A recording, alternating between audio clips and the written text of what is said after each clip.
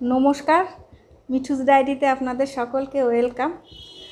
আজ দেখুন আমি আবার চলে এসেছি আপনাদের জন্য আরেকটা ভিডিও নিয়ে। আর এখন আম কাঁঠালের টাইম, তাই কাঁঠাল তো আমরা খাই, তাই কাঁঠালের আমি বড়া বানিয়ে আপনাদের দেখাবো। দেখুন আমি কাঁঠাল নিয়ে নিয়েছি, আর এই কাঁঠালটা এবার আমি চেকনিতে দিয়ে এর রসটা বের করে নেব। তো চলুন প্রথমে আমি রসটা বের করে নিই। দেখুন আমি কাঁঠালের গোলাটা করে নিয়েছি ছাঁকনিতে ছেঁকে।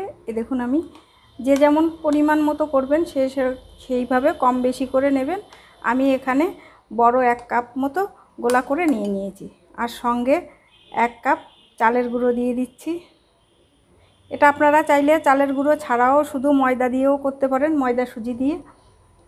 1/2 কাপ পরিমাণ ময়দা দিয়ে দিচ্ছি, 1/2 কাপ পরিমাণ সুজি দিচ্ছি, 1/2 কাপ পরিমাণ নারকেল কোড়া দিচ্ছি, 1 কাপ পরিমাণ চিনি দিচ্ছি।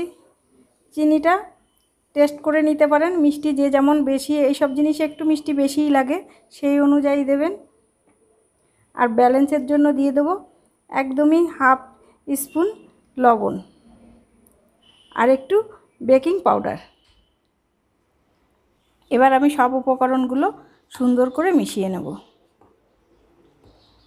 আমরা তালের বড়া খাই সচরাচর, কাঁঠালের বড়াটা কিন্তু সচরাচর খাওয়া হয় না, কিন্তু এটা একবার হলেও ট্রাই করে দেখবেন। এটা খেতেও কিন্তু দুর্দান্ত লাগে, বিশেষ করে যারা কাঁঠাল পছন্দ করেন। দেখুন বড়ার জন্য ব্যাটারটা গুলে আমি 10 থেকে 15 মিনিটের জন্য রেখে দিয়েছিলাম, যাতে করে সুজিটাও ভিজে যায় আর চিনিটাও গলে যায়। দেখুন ঠিক এরকম হয়েছে। এবার আমি হাত দিয়েই মেখে নেব আরেকটু। আর এদিকে দেখুন কড়াইতে আমি তেল বসিয়ে দিয়েছি, তেলটা গরমও হয়ে গেছে।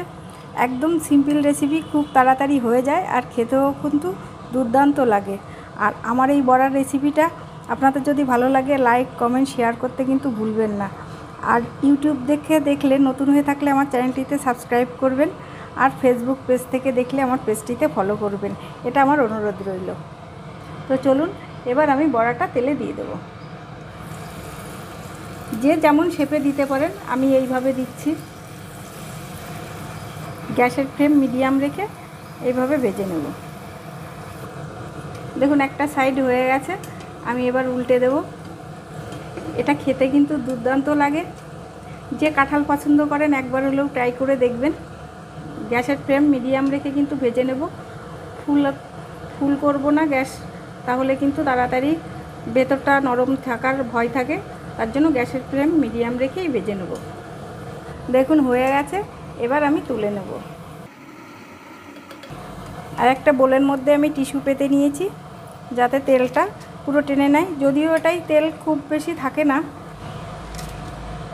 এইভাবে আমি আর বাদবাকি বড়াগুলোও ভেজে নেব।